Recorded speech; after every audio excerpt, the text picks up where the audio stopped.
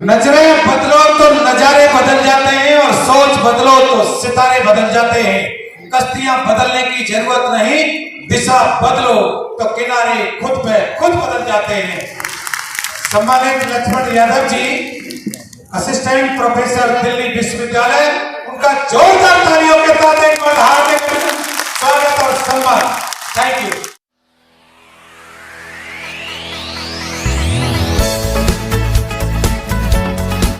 आज का जो विषय इस पूरे आयोजन का रखा गया है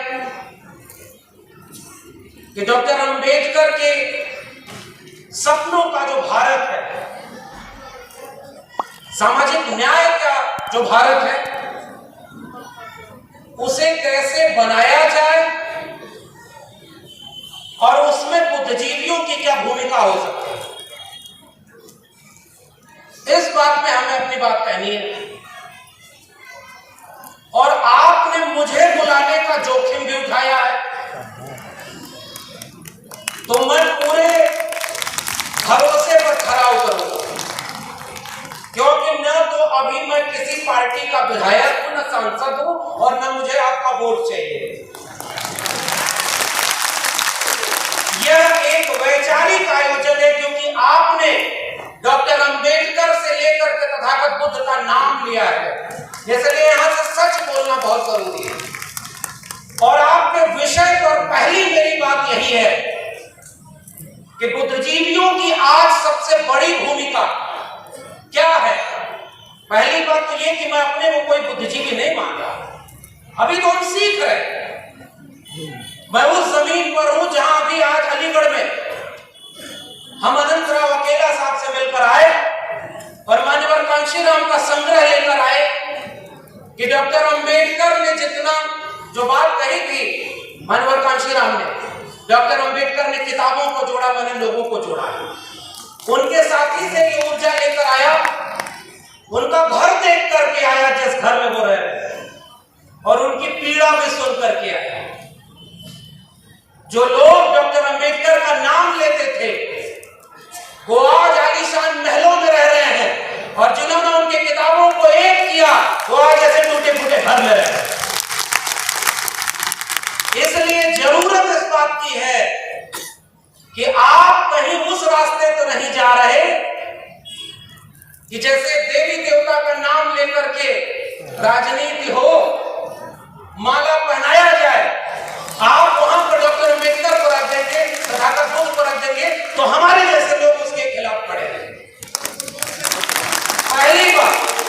और उस समय उन्होंने कहा था बुद्धिजीवियों की भूमिका, मैं कोट करते हुए डॉक्टर अंबेडकर को यह बात कह रहा हूं। 1956 में डॉक्टर अंबेडकर ने एक वाक्य कहा एक सभागार में कि मुझे पढ़े लिखे लोगों ने धोखा दिया। और वो धोखा क्या था? वो हमारे जैसे लोगों ने धोखा दिया, हम उन्हें धोखा दे रहे हैं। मैं अपने को शामिल करके ये बात बोल रहा हूं। हम माहौल बदला है तो डॉक्टर अंबेडकर के बिना किसी का काम नहीं चल पा रहा है। सब नाम ले रहे हैं डॉक्टर अंबेडकर, और वो लोग भी नाम ले रहे हैं जो अपना सारा काम डॉक्टर अंबेडकर के खिलाफ कर रहे हैं। इस खतरे से बचना जरूरी है। मैं कोट कर रहा हूं, 1940 में किताब का नाम है पाकिस्तान और the partition of India. Doctor Ambedkar क्या लिख रहे हैं आप सुनिए। अगर हिंदू राज हकीकत बनता है तब वह इस मुल्क के लिए सबसे बड़ा अभिशाप होगा। हिंदू कुछ भी कहे, हिंदू राष्ट्र, हिंदू धर्म समानता, स्वतंत्रता और बंधुत्व के लिए खतरा है। उस आधार पर वह लोकतंत्र से मेल नहीं खाता है। हिंदू राज को किसी भी कीमत पर रोका जाना चाहिए, डॉक्टर भीमराव अम्बेडकर। इसलिए मैं इस मंच का इस्तेमाल केवल अपने विषय के लिए कर रहा हूं। आपने मुझे विषय दिया है कि बुद्धिजीवियों की भूमिका क्या होगी, तो बुद्धिजीवियों की भूमिका यह होगी कि आंख में आंख डाल करके वह सच कहा जाए जो वक्त में कहने पर जेल में भेजा जाए। दूसरी बात, डॉक्टर अंबेडकर के सपनों का भारत कैसे बनेगा? आप ये कहेंगे कि हमने उनकी मूर्ति बनवा दी, उनका आवास जो पुराना आवास था उसको बना दिया, हम आपको धन्यवाद कहेंगे। फिर आपसे पूछेंगे कि डॉक्टर अंबेडकर के सपनों के भारत में क्या था, आप कह रहे हैं शिक्षा थी। तमाम नेता लोग हैं, मैं किसी का नाम नहीं लूंगा, बुद्धिजीवी इशारों में बात करता है। हम किसी व्यक्ति और नेता को इतना महत्व क्यों दें कि उसका नाम लेने की जरूरत पड़े। अब मैं आपसे सवाल पूछ रहा हूं, डॉक्टर अंबेडकर, बिरसा, फूले, पेरियार, यहां से लेकर तथागत बुद्ध तक सबसे महत्वपूर्ण लड़ाई कौन सी थी? शिक्षा की। आपने भी कहा शिक्षा की लड़ाई अगर सबसे महत्वपूर्ण है और शिक्षा के लिए सारा काम हो रहा है, तो एक बात बताइए, इस देश में जब स्कूल, कॉलेज और विश्वविद्यालय के लिए आंदोलन होना चाहिए तो मंदिर मस्जिद के लिए आंदोलन हो रही है। कितने नए विश्वविद्यालय और स्कूल बने। मैं विश्वविद्यालय में पढ़ा रहा हूं, दिल्ली विश्वविद्यालय में, आज तक मैं टेम्परेरी प्रोफेसर हूं और मुझे इस बात की चिंता नहीं है कि सच बोलने पर आप मुझे क्या करेंगे। अरे मैं आपकी तारीफ करता तो मुझे आज एसोसिएट प्रोफेसर बना देते, लेकिन मुझे पता है कि आपसे अगर इतनी मदद ले लूंगा तो वही बोलना पड़ेगा जो इस मंच से मजबूरी में बोलना पड़ता है। अब मैं आपको तथ्य दे रहा हूं, पहली चुनौती आज के नौजवानों की, नई शिक्षा नीति बनाई गई है। मैं 3 क्लॉज उसके बता रहा हूं। पहला, स्कूल जो पर हर एक गांव के पास स्कूल बनाए गए थे, उन स्कूलों को अगर 3000 से कम विद्यार्थी हैं तो उन्हें मर्जर या क्लोजर की पॉलिसी के तहत बंद किया जाएगा और गांव में मेगा स्कूल बनाए जाएंगे। बताइए, ये शिक्षा क्रांति है। दूसरी बात, 45,000 डिग्री कॉलेज इस समय इस देश में आज हैं। नई शिक्षा नीति 2020 कह रही है कि 20 साल में 45,000 डिग्री कॉलेज को क्लोजर और मर्जर के जरिए 15,000 डिग्री कॉलेज पर लाया जाएगा। उनके 3 ग्रेड बनाए जाएंगे। इस देश में वर्ण व्यवस्था बनाई गई थी। दुनिया में इंसान में कोई भेद नहीं, यहाँ पर इंसान, और वो भी कैसे इंसान, दुनिया में इंसान एक तरह से पैदा होते हैं। यहाँ कोई मुख से पैदा हो रहा है, कोई भुजाओं से पैदा हो रहा है। दुनिया चांद पर जा रही है और आप गाय गोबर गौमूत्र में विज्ञान ढूंढ रहे हैं। ये अम्बेडकर के सपनों का भारत है क्या? ये अम्बेडकर के सपनों का भारत है क्या? ये बुद्धा, फूले, पेरियार के सपनों का भारत है क्या? नई शिक्षा नीति में क्या लिखा गया है, क्लॉज पढ़ के बता रहा हूं। उन सब में ग्रेडेड ऑटोनॉमी दी गई है। उसका आसान भाषा समझिए। ग्रेडेड ऑटोनॉमी का मतलब है 3 ग्रेड के यूनिवर्सिटीज आपके देश में चलेंगे, डिग्री कॉलेज से लेके यूनिवर्सिटी। सी ग्रेड की यूनिवर्सिटी जिसे गवर्नमेंट फंड देगी, और उसमें गवर्नमेंट फंड देगी लेकिन कोई भी स्किल डेवलपमेंट का कोई प्रोग्राम नहीं चलेगा, और उस इंस्टीट्यूट के ऊपर ये प्रेशर रहेगा कि वो अगले नए नेशनल एकेडमिक एश्योरेंस जो कमेटी है उसके नेट के रिपोर्ट के पहले वो ग्रेड को मॉडिफाई करके बी ग्रेड में जाए। बी ग्रेड में जो सिलेबस जो दिया जाएगा वह आधा गवर्नमेंट पैसा देगी और आधा इंस्टीट्यूट को अपने जनरेट करना होगा। और ए ग्रेड की यूनिवर्सिटी वो ग्रेड यूनिवर्सिटी होगी जिसको 1 भी रुपया सरकार नहीं देगी, सेल्फ फाइनेंस कोर्सेज चलेंगे और ग्रेडेड ऑटोनॉमी और बोर्ड ऑफ गवर्नर्स के जरिए उनका पूरा काम चलेगा। अब मैं आपसे सवाल पूछता हूं, जहां सबसे कम स्किल और सबसे कम पैसा रहेगा वहां के दलित पिछड़े आदिवासी पढ़ने जाएंगे? आपके घर के बच्चे पढ़ने जाएंगे? आपके घर के बच्चे वहां जा पाएंगे? और जहां फीस अगर 1 लाख रुपए हो जाए तो वहां कितने दलित पिछड़े आदिवासी जाएंगे? नई शिक्षा नीति के नाम पर इस देश में स्कूल से लेकर के विश्वविद्यालयों तक अंबानी और अडानी के हाथों बेच दिया गया है। क्या यह अम्बेडकर के सपनों का भारत है क्या? और यह बात आप कह रहे हैं कि हमने क्रांति कर दी। जिस बात की क्रांति, कितने नए स्कूल खुले, कितने नए। अब तीसरी बात, इस देश में मैं दिल्ली में रहता हूं, अशोका, गलगोटिया और MIT university, lovely professional university खुली है। वो सारी प्राइवेट यूनिवर्सिटी है। किसी एक में रिजर्वेशन लागू है क्या? नहीं है ना। रिजर्वेशन अभी मुख्यमंत्री जी, पूर्व मुख्यमंत्री जी बोल रहे थे, एक समय जब रिजर्वेशन लागू हुआ तो 50 to 60% गवर्नमेंट जॉब हुआ करती थी, तब आपको आरक्षण का लाभ मिलता था। आज क्या हुआ, वो बेच रहे हैं भारत को। मैं चैन से कैसे सो जाऊं, सौगंध मुझे इस मिट्टी की, मैं देश नहीं बिकने दूंगा। और हो क्या रहा है, शिक्षा बिक गई है। हवाई चप्पल वालों को जहाज में जलाएंगे, जहाज बिक गया। एरोप्लेन बिक गया, रेलवे बिक गई, सरकारी नौकरी -1% बची है, आपका रिजर्वेशन कहां बचा है? ये अंबेडकर के सपनों का भारत है क्या? ये मेरा सवाल है आपसे। तीसरी बात, जो शिक्षा और रोजगार, दो बात हमने कर लिया। अब आइए स्वास्थ्य पर। इस देश में खांसी जुकाम नजला से कोई मर जाए तो ये राष्ट्र किस बात का राष्ट्र है? डॉक्टर अंबेडकर ने 26 नवंबर 1949 को संविधान सभा की आखिरी बैठक में ये बात कही थी कि इस देश में सबको राजनीतिक बराबरी दे दी गई। हमने एक व्यक्ति एक वोट का अधिकार दे दिया है, लेकिन अगर इस देश में सामाजिक और आर्थिक गैर बराबरी दूर नहीं हुई तो राजनीतिक बराबरी का कोई मतलब नहीं। ये संविधान अगर इसे लागू करने वाले लोग अच्छे नहीं हुए तो कागजों का पुलिंदा है और मैं सबसे पहले इसे जलाऊंगा। आज उस संविधान के आधार पर आपको क्या मिला? रिजर्वेशन। आपको क्या मिला? 90 के बाद तो पहली बार आपके हायर एजुकेशन में रिजर्वेशन लागू हुआ। 1997 में शेड्यूल कास्ट और शेड्यूल ट्राइब को हायर एजुकेशन में रिजर्वेशन मिला। 2006 में मंडल की दूसरी अनुशंसा लागू होने के बाद हायर एजुकेशन में ओबीसी को रिजर्वेशन मिला और 2018 तक आते आते आपसे दलित पिछड़े आदिवासी हायर एजुकेशन में बर्दाश्त नहीं हुए और आपने 13 पॉइंट रोस्टर लिया। 13 पॉइंट रोस्टर के अम्बेडकर के सपनों का भारत का रोस्टर था क्या? ये सवाल मेरा आपसे। ये हायर एजुकेशन का संकट है आपके सामने। इस देश में पिछली बार 2 अप्रैल 2018 को इस देश के दलित पिछड़े आदिवासी पसमानदा लोग मुट्ठी बांध करके इस देश की सड़कों पर क्यों उतरे थे? क्योंकि उनके SC ST atrocity prevention act से छेड़खानी की गई थी। तब आप सड़कों पर उतर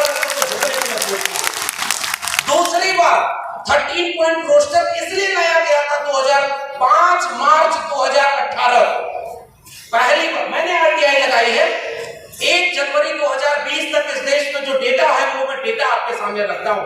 बुद्धिजीवी का मतलब केवल भावुक भाषण देना नहीं होता। ओबीसी रिजर्वेशन आया 2006 में। उसके बाद इस देश में नई शिक्षा नीति आ गई। पहली बात तो ये समझिएगा कि अब पूरी प्राइवेट शिक्षा अब प्राइवेट हाथों चली जाएगी। न्यू एजुकेशन पॉलिसी कहती है 40% सिलेबस अब ऑनलाइन मोड में चलेंगे। कितने घरों के बच्चे ऐसे हैं जो वो अपने बच्चों को मोबाइल और लैपटॉप दे सकते हैं? एक मुख्य अतिथि जी का भाषण चलाना था कितना मुश्किल हो। मेरी अपनी क्लास में 50 विद्यार्थी पढ़ते हैं और ऑनलाइन में आज 25 विद्यार्थी बाहर हैं। मैं दावे करता हूं वो 25 विद्यार्थी दलित पिछड़े आदिवासी हैं जिनके घरों में मोबाइल नहीं है, इंटरनेट नहीं है और वहां नहीं शिक्षा पा रहे हैं। आप बुनियादी जरूरत को पैदा कर नहीं पाए। और मैं डेटा पढ़ रहा हूं 1 जनवरी 2022 का डेटा। वो डेटा आपके सामने कह रहा है 97.6% ओबीसी प्रोफेसर की पोस्ट खाली है। 95% शेड्यूल ट्राइब के प्रोफेसर की पोस्ट खाली है और 93.8% शेड्यूल कास्ट प्रोफेसर की पोस्ट खाली है।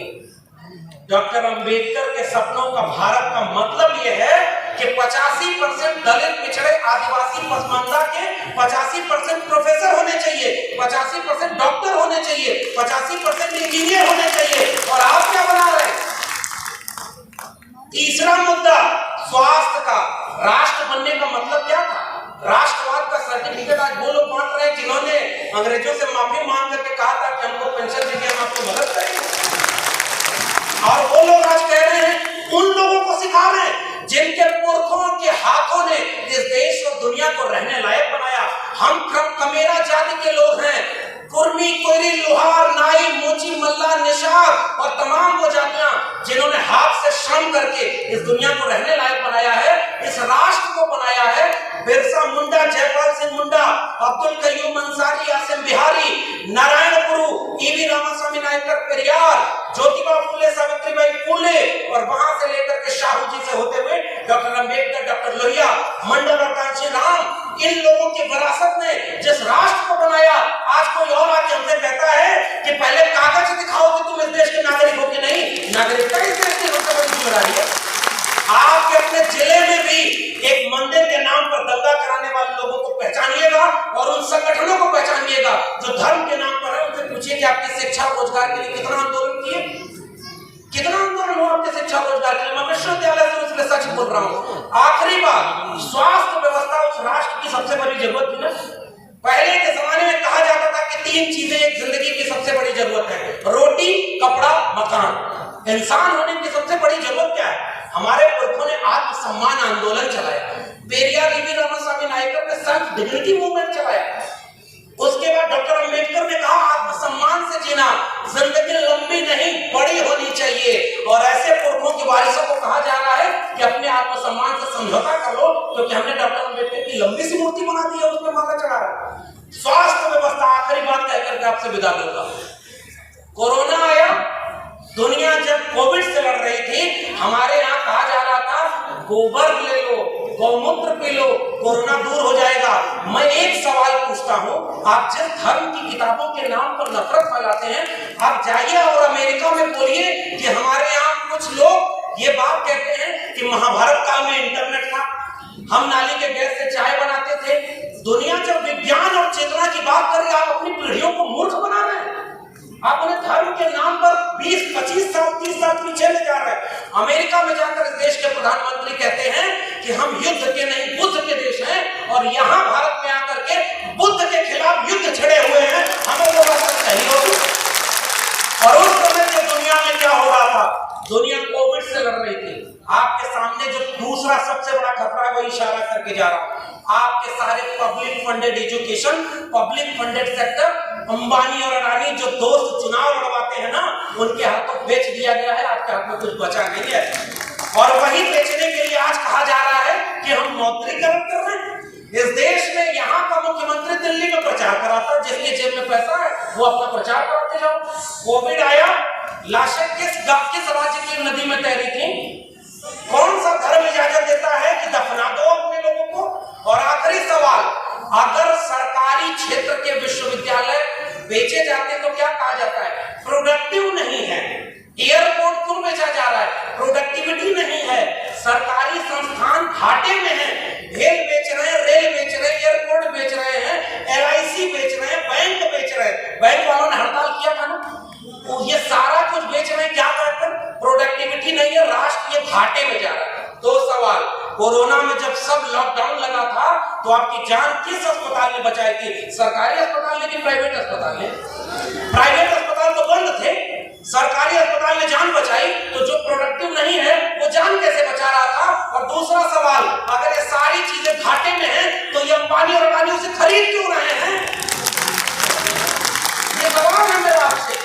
आप जिसको कह रहे हैं घाटे में इसको बेच देना चाहिए, तो ये जो उद्योगपति जो मुनाफा कमाने के लिए आपके सर का बाल तक बेच दे, वो एक घाटे वाली कंपनी खरीदेगा क्या? हमारे पुरखों ने इस देश को बनाया है। आज मैं आपसे आखिरी बात कह करके जा रहा हूं, आज सबसे बड़ा धोखा और सबसे बड़ा खतरा इस देश के नौजवानों को है, जिनकी पीढ़ी को धर्म के नाम पर अंधा बना दिया गया है। स्कूल, कॉलेज और विश्वविद्यालय जाने के नाम पर वो पुली ऐप बना करके 100 मुस्लिम महिलाओं को ऑनलाइन नीलाम कर रहे हैं। वो 18 और 20 साल के बच्चे हैं, आपकी पीढ़ियां बर्बाद कर दी गई हैं, और आपसे कहा जा रहा है कि हम डॉक्टर अंबेडकर की वजह से यहाँ बैठे हैं। मैं कह के जा रहा हूं, जो आपके शिक्षा और रोजगार की बात न करे। मैं ओबीसी समाज से आता हूं, और मैं ओबीसी समाज से भी शिकायत करता हूं और वहां से भी गालियां करता हूं। मुझे वोट नहीं चाहिए किसी का, हम अपने दम पर उस यूनिवर्सिटी के प्रोफेसर बने हैं, किसी के वोट मांगकर नहीं बने। तब तक समझते थे कि हमारे पुरखे, हमारे घर परिवार वाले मेहनत करके इलाहाबाद यूनिवर्सिटी पढ़ाए और इलाहाबाद यूनिवर्सिटी टॉप किया, दिल्ली यूनिवर्सिटी में जाके प्रोफेसर बने। तब तक ये समझते थे कि हम अपनी काबिलियत से बने हैं, लेकिन बाद में ये समझ में आया जब हमने अपने पुरखों को पढ़ा कि अगर इस देश में भारत का संविधान और मंडल कमीशन न होता तो मैं कभी यहाँ नहीं होता और आपके सामने खड़ा नहीं होता। तो जिस सीढ़ी से चलकर मैं आया हूँ, वो सीढ़ी मेरी आंखों के सामने तोड़ी जा रही है, और मंच पर आकर के मैं आपसे तालियां बजवाने के लिए वो बात कहूं कि सब लोग खुश हो जाएं और कल मुझे वाइस चांसलर बना दें। वो वाइस चांसलर किस काम की है कि कल वापस जाके जब मेरे लोग मुझसे पूछेंगे मेरी नौकरी बर्बाद हो गई, शिक्षा बर्बाद हो गई, रोजगार बर्बाद हो गया, तुम उन लोगों के साथ बैठ करके कह रहे थे जय भीम जय मंडल। ये सबसे बड़ा खतरा है। उन लोगों को पहचानिए जो आपके वैचारिक दुश्मन हैं। मैं ओबीसी समाज से आता हूं, मैं ओबीसी समाज को शिकायत करता हूं। इस देश में ज्योतिबा फूले माली जाति से आते थे, ओबीसी थे। डॉक्टर अंबेडकर ने उन्हें अपना तीसरा गुरु बनाया था। शाहू जी महाराज ओबीसी जाति के थे। पेरियार चरवाहा समाज के थे, ओबीसी घरों में इनकी तस्वीरें नहीं है। शिवदयाल सिंह चौरसिया 1928 में बिहार में और उत्तर प्रदेश में आदि हिंदू सभा बनाए, और जब हिंदू लोग ब्राह्मणों के पास गए और उनसे कहे कि मैंने आदि हिंदू सभा बनाया रही हैं, हम तो आ रहे हैं। तब चौरसिया साहब खड़े हुए और उन्होंने वो पर्चा फाड़ के कहा, जब तुम हिंदू हम तो ये समझते थे दोनों एक हैं, और जब तुम हिंदू नहीं तो हम भी हिंदू नहीं। और उन्होंने उसका नाम बदल कर कहा depressed classes league, backward classes league. 1948 में उसका लखनऊ में सेमिनार कराया और उसकी अध्यक्षता करने के लिए पेरियार और डॉक्टर अंबेडकर को बुलाया, तब जाके बहुजन नेता बने थे। बस खतरा ये है कि उन लोगों को पढ़ने नहीं दिया जाए। बनवाड़ी घरों में शिवदयाल सिंह चौरसिया का नाम नहीं है, मेरे अपने यादव घरों में पेरियार ललई सिंह यादव का नाम नहीं है। पेरियार ललई सिंह यादव ने क्या कहा था, मैं उनकी बात कह के रहा हूं, बलिदान न सिंहता होते सुना, बकरे बलिवेदी पर लाए गए, न काटे टेढ़े पादप गए, सीधों पर आरे चलाए गए, विषधारी को दूध पिलाया गया, विषहीन सदा तड़पाए गए। ये कहा था पेरियार ललई सिंह यादव। और जब त्रिवेणी संघ बना 1930 में बिहार में और बाद में अर्जक संघ बना उत्तर प्रदेश में, इन दोनों का नारा क्या था, ब्राह्मणवाद की क्या पहचान, गिटपिट बोले करे न काम, और मानववाद की क्या पहचान, ब्राह्मण भूमि एक समान। जिसमें समता की चाह नहीं वह बढ़िया इंसान नहीं, समता बिना समाज नहीं, बिन समाज जनराज नहीं। जो जमीन को जोते बोए वो जमीन का मालिक होए, सबको शिक्षा सबको काम, वरना होगी नींद हराम। हमारे डॉक्टर लोहिया ने कहा 100 में पिछड़ा पावे 100 में 60 संतो पाने बाधिकार। तब उसको जतेव बाबू रामस्वरूप वर्मा ने नारे को आगे बढ़ाया कि 100 में 90 शोषित हैं, शोषितों ने ललकारा है, धन धरती और राजपाट में 90 भाग हमारा है। 10 का शासन 90 पर नहीं चलेगा, नहीं चलेगा।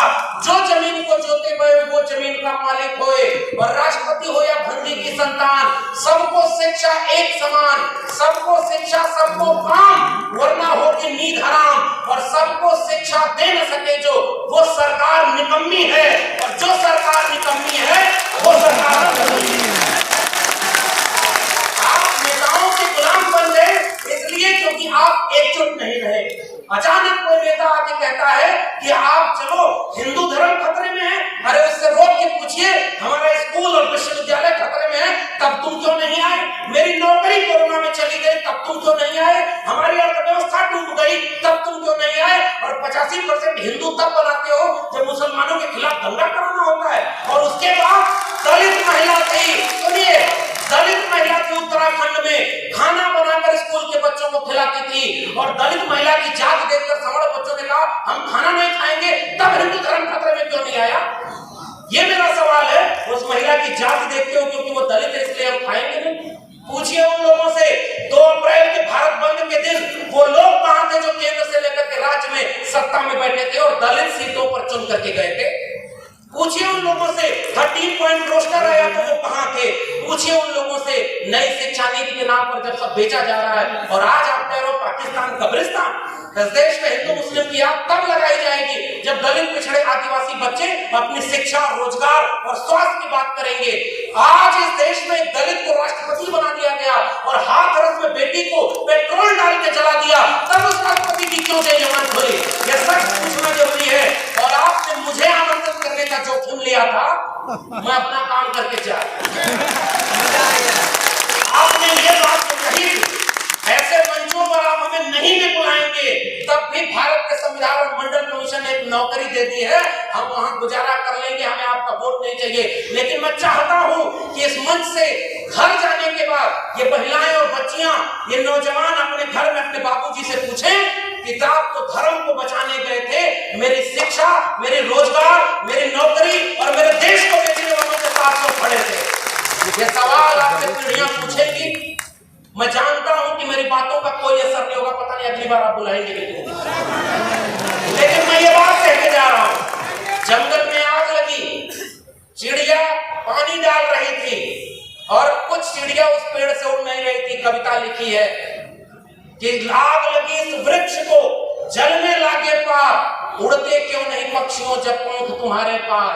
उन पक्षियों का जवाब ध्यान से सुनिएगा, फल खाएं इस वृक्ष का, गंदे की पार, धर्म हमारा यही है, जले इसी के साथ। आपके लोग आपको छोड़ करके जो चले गए अपनी सत्ता और कुर्सी के लिए, बाबा साहब के सबसे अच्छे वारिस, सबसे बड़े वारिस ने एक किताब लिखी है, उसको पढ़िएगा, चमचा युग।